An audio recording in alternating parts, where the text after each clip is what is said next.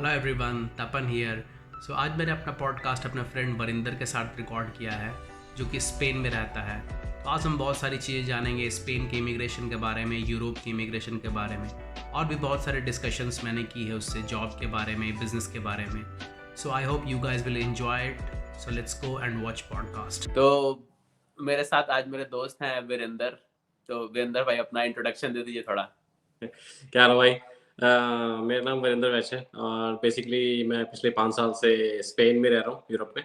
और अपना पिछले 5 साल में डिजिटल मार्केटिंग और फाइनेंस के अंदर हम लोग अभी काम कर रहे हैं। मतलब मैं और मेरा ब्रदर हम लोग एक स्टार्टअप यूज अभी डेवलप कर रहे हैं फिनटेक का। तो ऑलमोस्ट हम लोगों को इस स्टार्टअप के साथ 2 साल हो गए हैं और इट्स बेसिकली क्रिप्टो बैंक। तो हम लोग इसके ऊपर ही काम कर रहे हैं और अभी लास्ट ईयर अभी हमारी कंपनी जो MIT में भी सिलेक्ट हुई थी फिनटेक में, out of 100 startups we were in the 8th finalist in the MIT university. और या अभी रिसेंटली पोर्चुगल होके आया हूँ मैं। सो वहाँ पे 12 मंथ का प्रोग्राम है, एक बेसिकली एक्सीलरेटर प्रोग्राम है कि वहाँ पे काफ़ी कंपनीज के एक्स एम्प्लॉयज़ हैं, जैसे आप कह सकते हो कॉइनबेस, बाइनांस, इनके एक्स एम्प्लॉयज़ हैं जो हम लोगों के एज अ मेंटर्स हैं फॉर नेक्स्ट 12 मंथ्स। एंड उसके बाद देखते हैं उनको पिच करेंगे क्या बनता है। अच्छा, या बढ़िया। तो आपका स्पेन का जर्नी शुरू कैसे हुआ? लाइक आप किस तरीके से वहाँ गए और स्टार्टिंग में लाइक कैसे आपने वो पूरा डिसाइड किया?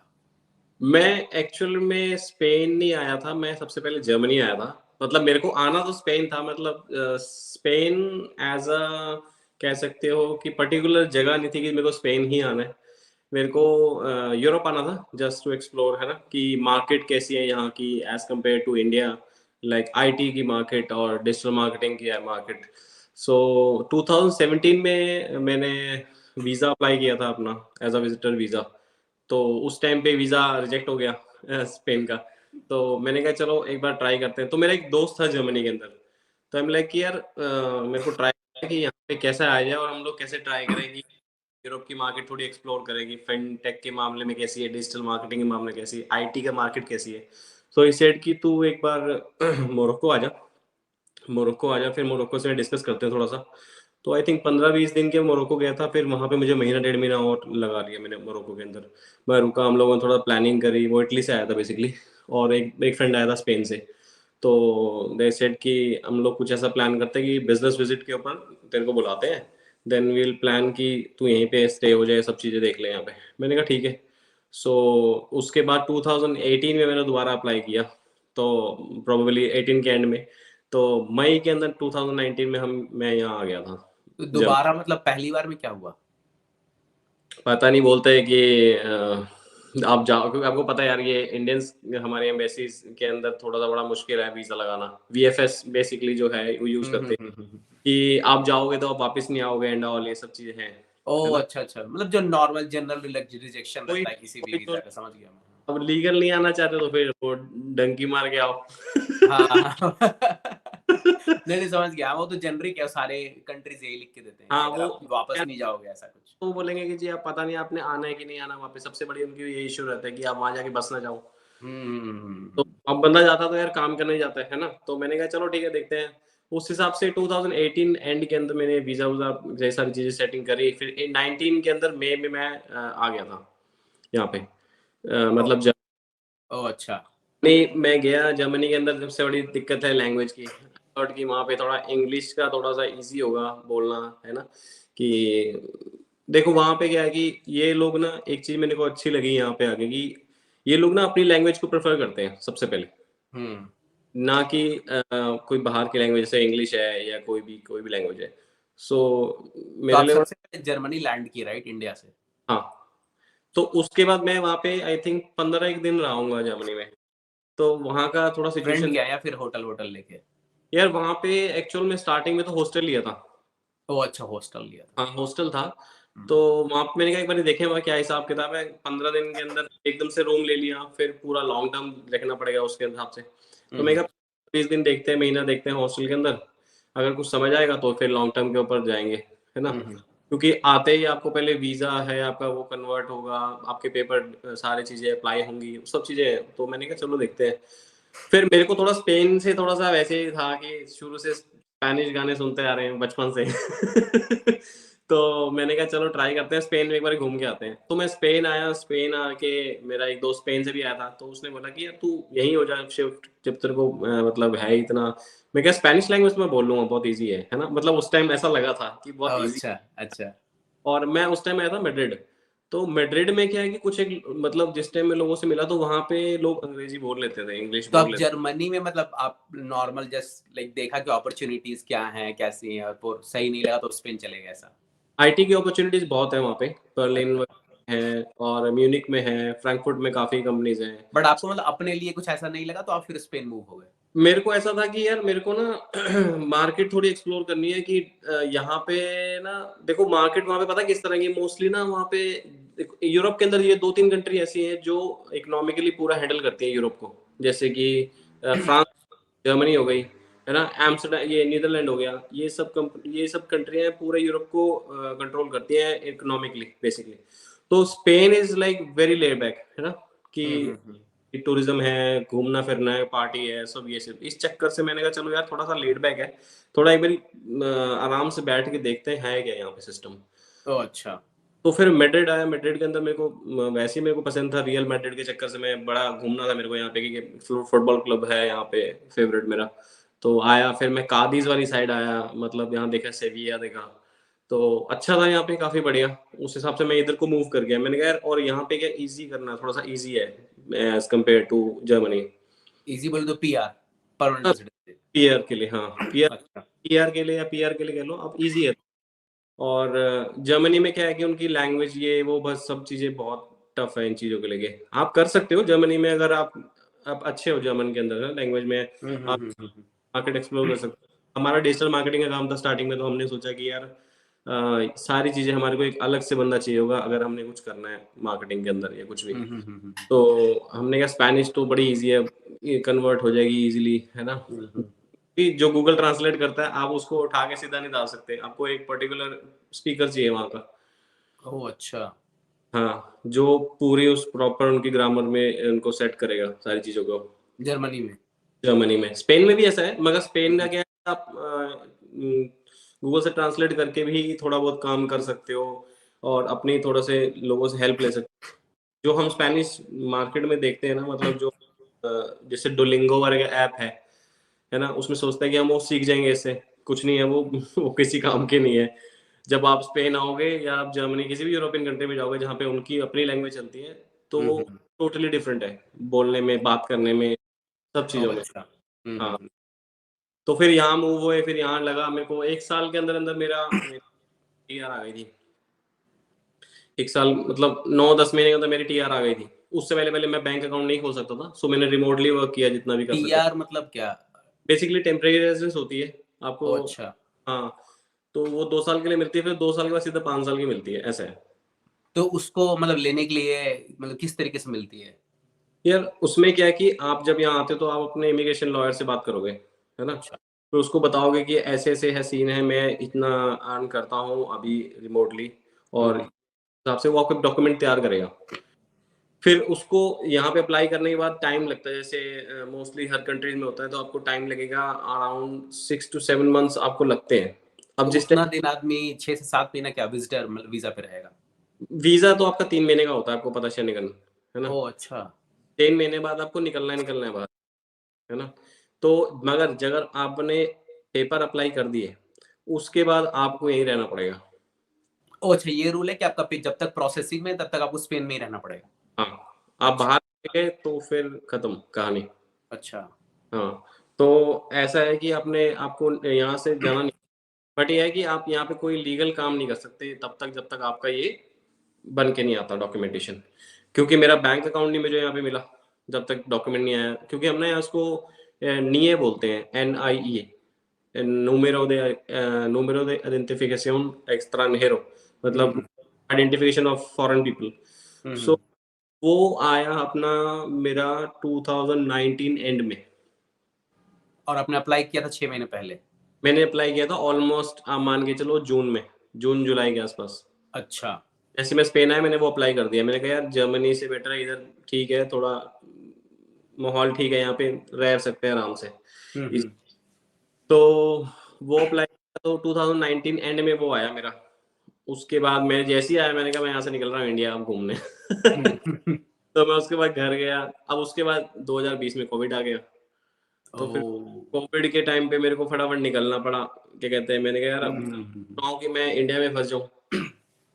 तो मैंने कहा थोड़ा टाइम निकलते हैं। फिर यहाँ पे भी इतना जैसे टीवी में दिखा रहे थे हमारे कोविड कैसा चल रहा है यूरोप में, ऐसा चल रहा है, ऐसा कुछ नहीं था, ऐसा कुछ भी नहीं था। बस ये था रिस्ट्रिक्शंस थी, आप जा नहीं सकते बाहर, कहीं जा सकते।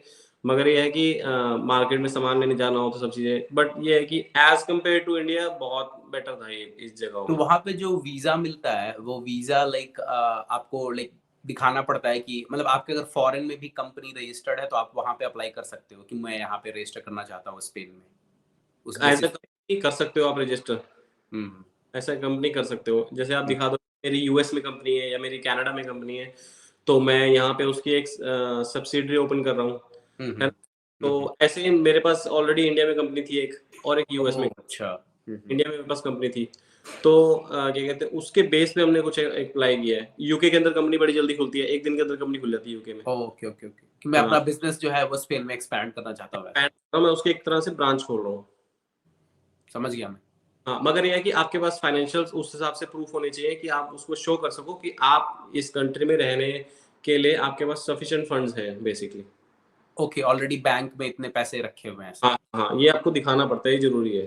तो अभी कितना चल रहा है ऑन एवरेज, लाइक जैसे मान लीजिए कोई 2023 में अप्लाई करे, 2024 में करे तो कम से कम आपकी सैलरी ना करते भी देखो, अगर आपको लगता है कि आपकी फाइल इजीली अप्रूव हो जाए तो उनको लगता है कि एटलीस्ट बंदे की 3 से 4 हज़ार यूरो सैलरी होनी चाहिए at least. Okay okay okay okay, मतलब हाँ इंडिया से उतना पैसा आपकी सैलरी होनी चाहिए हाँ एग्जिस्टिंग। हाँ हाँ हाँ। ओके ओके, मतलब मतलब 3 से 4 हज़ार यूरो तो मतलब महीने का 3 लाख रुपया। हाँ, 3 लाख के आसपास मान के चलो, इतना आपका होना चाहिए। क्योंकि देखो आपको यहाँ पे घर लेना है रेंट पे, ठीक है, और उसका भी वो लॉन्ग टर्म कंट्रैक्ट होता है, सब चीजें होती हैं। तो आप मान के चलो कि 3 से 4 हज़ार यूरो तो आपको चाहिए, कि आपके एक्सपेंसेस भी हैं, ठीक है, आपको ग्रोसरीज भी है, आपके पर्टिकुलर और खर्चे भी आएंगे, है ना? तो तो मतलब आप बोल रहे हो सैलरी चाहिए, ऐसा नहीं कि मैं बोल दूं मेरे अकाउंट में जो है वो 50 लाख रुपया पड़ा हुआ है, ऐसा नहीं होगा। यार वो एक तरह से आपके इनहेरिटेंस फंड हो गया, ओके ओके ओके। आपका एक फंड हो गया। आप बोलो कि मैं 50, अब देखो इंडिया के अंदर क्या है कि पंजाब में अपने पास कितने लोगों के पास जमीनें हैं, हम्म। बेच के पैसा डाल दिया अकाउंट में, फिर उसके बाद फिर मैक्सिको जा रहे होते हैं 2 नंबर के काम से, फिर वहां से बॉर्डर क्रॉस कर रहे हैं।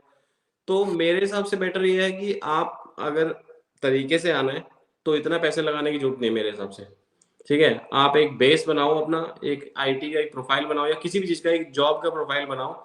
उस हिसाब से सैलरीज दिखाओ हर महीने, 6 महीने, यार मैं कहता हूँ 6 महीने भी आपने स्टेटमेंट दिखा दी ना ढंग से अपने किसी की, और प्रॉपर कि मैं इस कंपनी के लिए काम कर रहा हूँ, ये कंपनी मेरे को सैलरी दे रही है, इजीली वीजा लग जाता है, इसमें कोई बड़ी बात नहीं है। मतलब उनको रिकरिंग सैलरी चाहिए बेसिकली, कि आपके अकाउंट में हर मंथ पैसे आ रहे हैं, आपके पास सोर्स ऑफ रेवेन्यू है ना? हाँ, और लगनी चाहिए कि वो सैलरी है, आप उसके हिसाब से खर्च भी कर रहे हो। ऐसा नहीं कि आपने सैलरी पैसे डाले और खर्च से निकाल लिए। हाँ मैं समझ गया। क्योंकि समझ गया। बैंक स्टेटमेंट ना ये बहुत मैटर करती है, आप जब आप दिखाते हो वहां पे। ओ। तो इस तरह से है। तो हम इंडिया के अंदर उस हिसाब से काम कर रहे थे, हमारे पास रेगुलर के हिसाब से कस्टमर्स भी थे, यूएस के कस्टमर्स थे, हमारे पास यूरोप के भी कस्टमर्स थे। तो हम्म।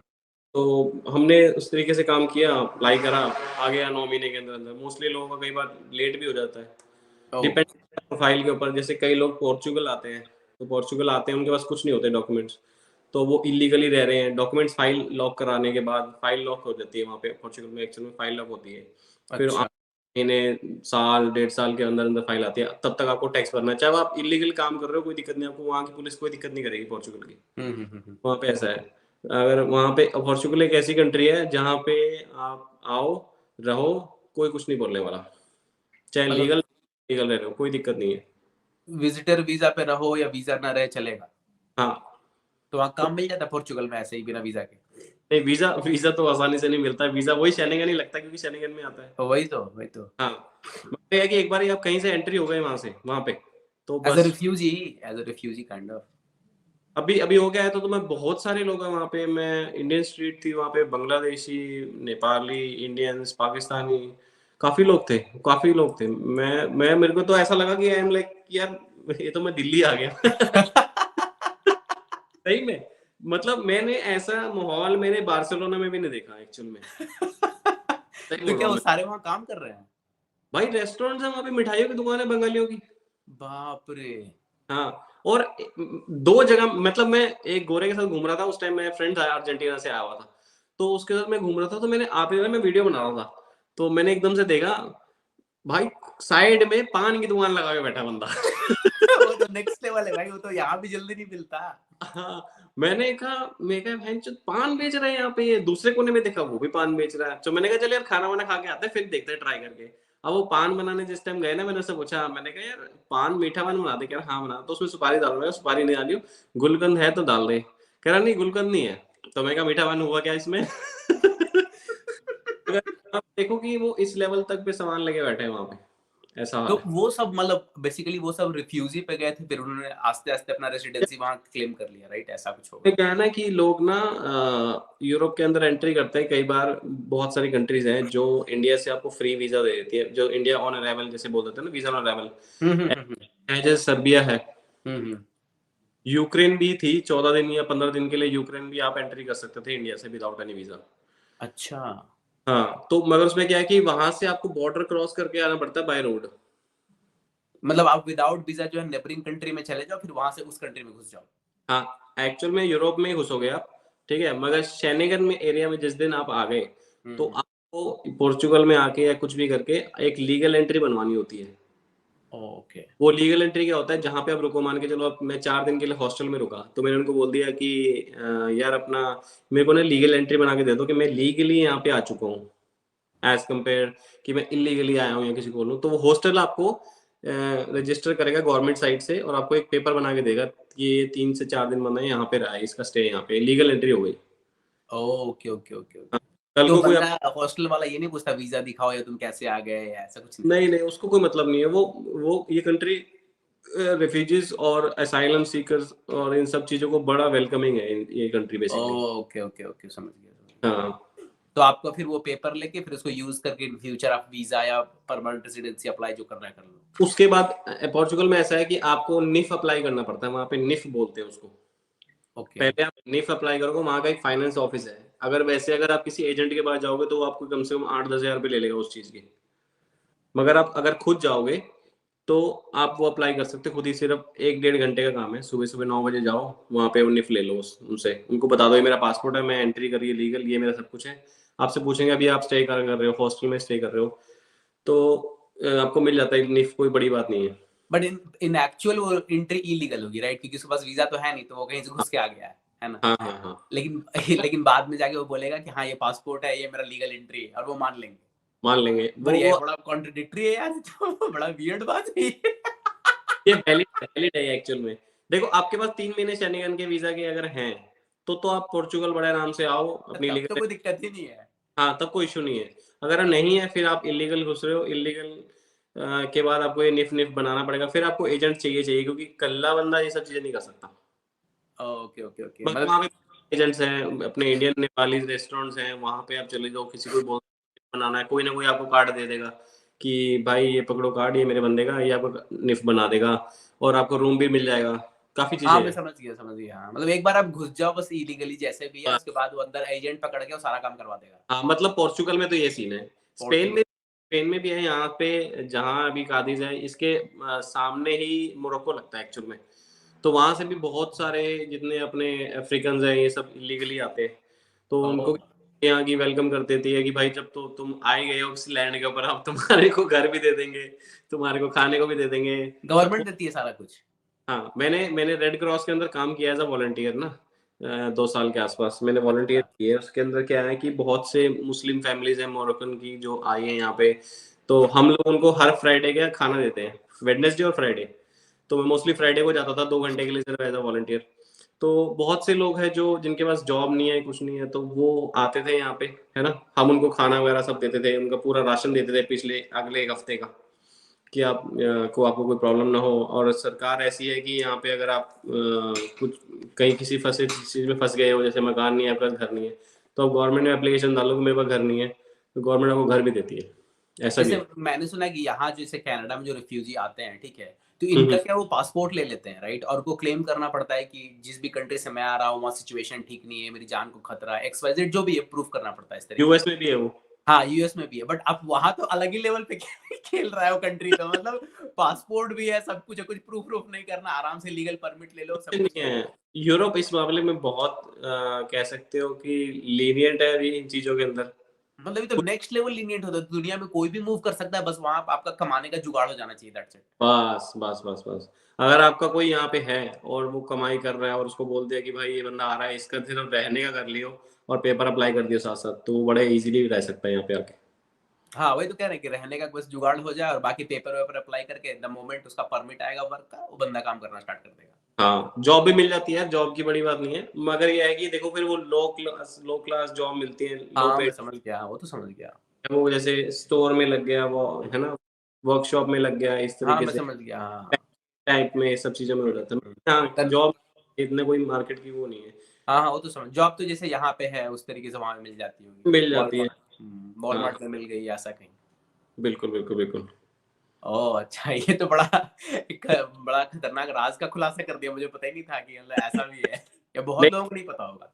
नहीं, काफी चीजें हैं यहाँ पे। मतलब मैंने पिछले 5 साल के अंदर ना बहुत चीजें देखी है ये, मतलब एम्स्टर्डम का अलग फंडा है, पेरिस का अलग फंडा है। मोस्टली जो लोग आते हैं जो अफ्रीका कंट्री से ना, वो स्पेन और इटली से एंटर करते हैं सिर्फ, या ग्रीस से एंट्री करते हैं, क्योंकि ये बिल्कुल अफ्रीका के बिल्कुल साथ में लगता है, पानी कोस्टल एरियाज के। तो एंट्री करते समय कुछ जहाँ भी बॉर्डर में कुछ भी लूप होल होगा, घुस जाते होंगे उस तरीके से। कोई कोई बॉर्डर ही नहीं है। अच्छा। कोई बॉर्डर, एक्चुअल में कोई बॉर्डर नहीं है ना, कि अब देखो यहाँ से जो मोरक्को है वो पानी के रास्ते सिर्फ 14 किलोमीटर है। अरे तो आते समय कुछ पुलिस वुलिस तो रहता होगा भाई, कहाँ जा रहे हो?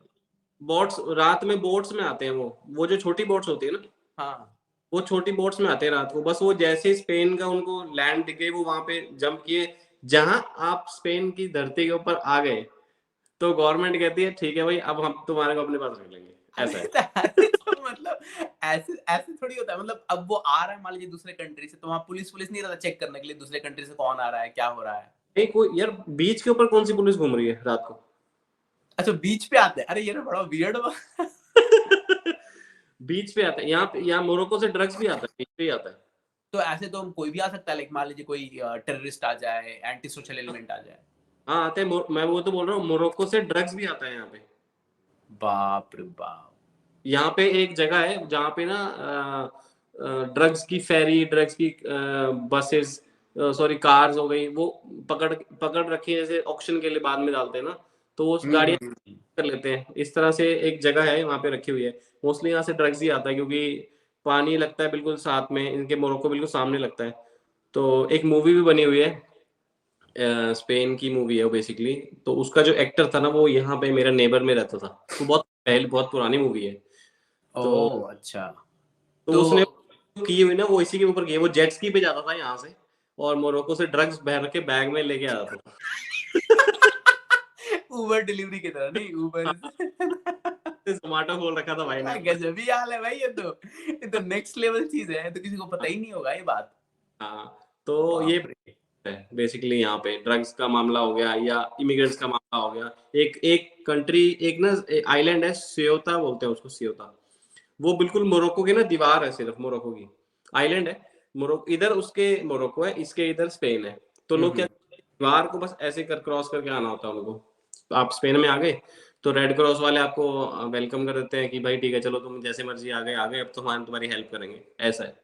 ओह अच्छा अच्छा अच्छा, नहीं इधर तो यूएस कनाडा में तो पता नहीं, इधर तो क्या है कि हर जगह बॉर्डर पे पुलिस रहती है, तो आप नहीं, यहाँ border ही नहीं है, यहाँ बॉर्डर ही नहीं है। पहली बात, यहाँ सीधा बीच है, बीच पे बंद। ओके ओके, यहाँ तो आप बाई लैंड या फिर बाई सी या कैसे भी आ रहे हो, तो वहां पे कस्टम्स या पुलिस रहेगा, पूछेगा भाई अब कहाँ कौन कैसे जो भी। यहाँ ऐसा फंडा नहीं है। यहाँ पे कुछ एक जगह पे होती है पुलिस, ऐसी बात नहीं है, मगर यह है कि सारी जगह कितना बीच कवर कर लोगे आप, ये कहानी है।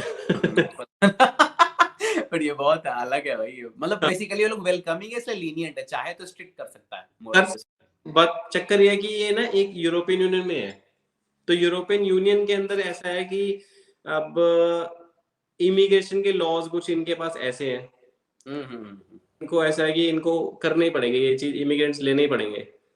ईयू के अंदर ऐसा है, मतलब नीदरलैंड क्यों अलग होना चाहता है इस टाइम पे, क्योंकि वो कहता है कि यार मैं बस बहुत हो गया, anti asylum anti Muslim policies क्यों निकाल रहा है वो, इसलिए निकाल रहा है कि मेरे यहाँ देश में बहुत से लोग ऐसे हो गए हैं कि हमारे लोगों को नौकरियां नहीं मिल रही हैं। सेम हर एक ओके ओके कहानी है हम्म कि मोस्टली इमिग्रेंट्स आ गए हैं तो हम वो सारी हमारी जॉब्स ले रहे हैं एंड ऑल, ये चीज।